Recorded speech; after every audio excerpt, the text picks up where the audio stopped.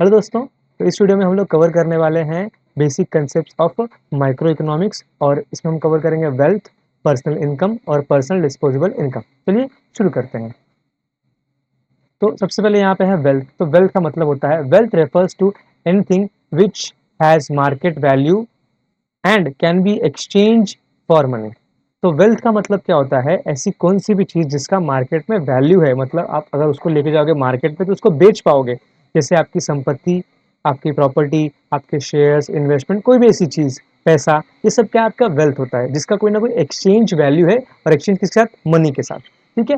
तो वेल्थ के ना कुछ कैरेक्टरिस्टिक्स मतलब फीचर्स मतलब खासियत है। ठीक है, चार कैरेक्टरिस्टिक्स है। पहला है यूटिलिटी, दूसरा है स्केर्सिटी, तीसरा है ट्रांसफिबिलिटी और चौथा है एक्सटर्नलिटी। ठीक है, तो आइए एक एक करके इनको देख लेते हैं। पहला क्या है? यूटिलिटी। हम लोग ने लास्ट वीडियो में यूटिलिटी के बारे में पढ़ा था। यूटिलिटी क्या होती है? Want, satisfaction, power of a commodity या फिर capacity of a commodity to satisfy human want. तो यहाँ पर हर वेल्थ में यूटिलिटी होती है। ठीक है। A commodity must have capacity to satisfy human want. अगर आपको किसी भी वस्तु को वेल्थ कहना है तो उसके अंदर सबसे पहली चीज होनी चाहिए यूटिलिटी। ठीक है। सेकंड, स्केर्सिटी, जिसका मतलब क्या होता है? कमी।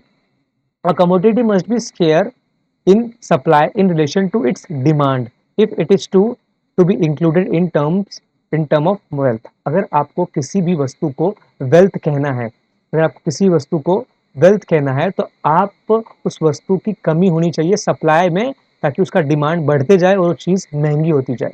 ठीक है। अगर कोई ऐसी चीज़ है जो बहुत अधिक मात्रा में अवेलेबल है तो उसको आप वेल्थ नहीं बोलोगे। वेल्थ वो चीज़ होती है जिसका जो सप्लाई है ना वो कम है और डिमांड ज़्यादा है। ठीक है। ओके। अब नेक्स्ट, ट्रांसफरेबिलिटी।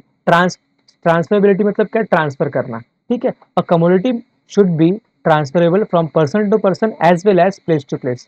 तो जो भी कमोडिटी, जो वेल्थ है, वो आप पर्सन टू पर्सन या फिर प्लेस टू प्लेस, एक प्लेस से दूसरे प्लेस तक ट्रांसफर कर सकते हो। If good is material or tangible, then only it is possible to transfer it from one place to place. Example, vehicle, jewelry, etc. इसका मतलब क्या हो गया? अगर गुड्स जो है, हम लोग ने गुड्स के डेफिनेशन पढ़ा था कि गुड्स क्या होता है? मटेरियल एग्जिस्टेंस होता है उसके अंदर। तो अगर कोई चीज़ मटेरियल है, टैंजिबल मतलब क्या? जो दिख सकती है, जिसको हम लोग छू सकते हैं। जब इस ये फीचर्स होंगे तभी आप किसी भी वेल्थ को एक जगह से दूसरी जगह तक ट्रांसफर कर सकते हो। The last feature of wealth is externality. मतलब क्या? कि a good can be transfer only if it is external to the body. मतलब क्या? आपकी बॉडी के बाहर है। फॉर एग्जाम्पल, अगर कोई टीचर है तो क्या बोलेगा? मेरा जो गला है वो मेरे लिए एक वेल्थ है। क्यों? क्योंकि मैं इससे पैसा कमाता हूँ। भाई तुम इसको ट्रांसफर नहीं कर सकते हो, ये तुम्हारे बॉडी के बाहर नहीं है, इसलिए इसको वेल्थ नहीं बोलेंगे। तो अगर कोई चीज़ को आपको वेल्थ कहना है तो वो क्या होना चाहिए? आपकी बॉडी के बाहर होना चाहिए। ठीक है। ये था हमारा वेल्थ और उसके कैरेक्टरिस्टिक्स। यहाँ पर हम देखने वाले पर्सनल इनकम।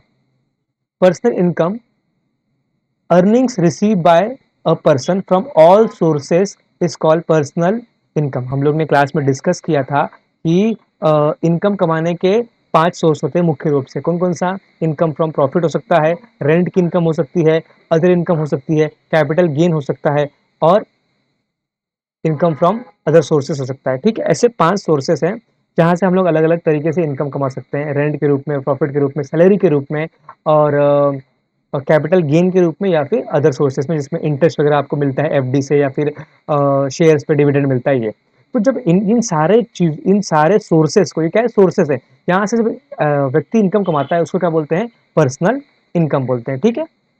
अच्छा, अब ये नया क्या है? Personal disposable income. देखिए पर्सनल इनकम क्या है? बड़ा है, उसके अंदर सारा इनकम आपने कमाया, उसको टोटल किया, वो पर्सनल इनकम हो गया। समझ लिए, फॉर एग्जांपल आपने 1 लाख रुपए का सारा सोर्स से इनकम कमाया। अब उसमें से आपने 20,000 रुपीज टैक्स भर दिया तो आपके हाथ में कितना बचा? 80,000, जिसको आप खर्चा करोगे, जिसको आप डिस्पोज करोगे, उसी को हम लोग बोलते हैं पर्सनल डिस्पोजेबल इनकम। ठीक है। अब देखते हैं PDI. It is that part of personal income which is left over, जो बच जाता है after payment of direct tax. Direct tax का पेमेंट करने के बाद जो भी आपके पास पैसा बचा उसको हम लोग बोलेंगे, क्या बोलेंगे? Personal disposable income. हमारे एग्जाम्पल में 80,000 rupees will be your personal disposable income. और इसी 80,000 में आप खर्चा करोगे, कुछ सेविंग करोगे, कुछ इन्वेस्टमेंट करोगे। ठीक है। तो आज की वीडियो में हम लोग ने क्या क्या देखा? आज की वीडियो में हम लोग ने 3 चीजें देखी। पहला हम लोग ने क्या देखा? पहला हम लोग ने देखा वेल्थ, उसके कैरेक्टरिस्टिक्स 4 थे: यूटिलिटी, ट्रांसफरेबिलिटी, एक्सटर्नलिटी और स्केर्सिटी, 4 देखा। उसके बाद हमने देखा personal income, personal disposable income. ठीक है, तो आज की वीडियो में इतना ही। नेक्स्ट वीडियो में हम लोग इसके सारे कंसेप्ट खत्म कर देंगे और स्टार्ट करेंगे मैक्रो इकोनॉमिक्स से। तब तक के लिए पढ़ते रहिए, सीखते रहिए। Thank you so much.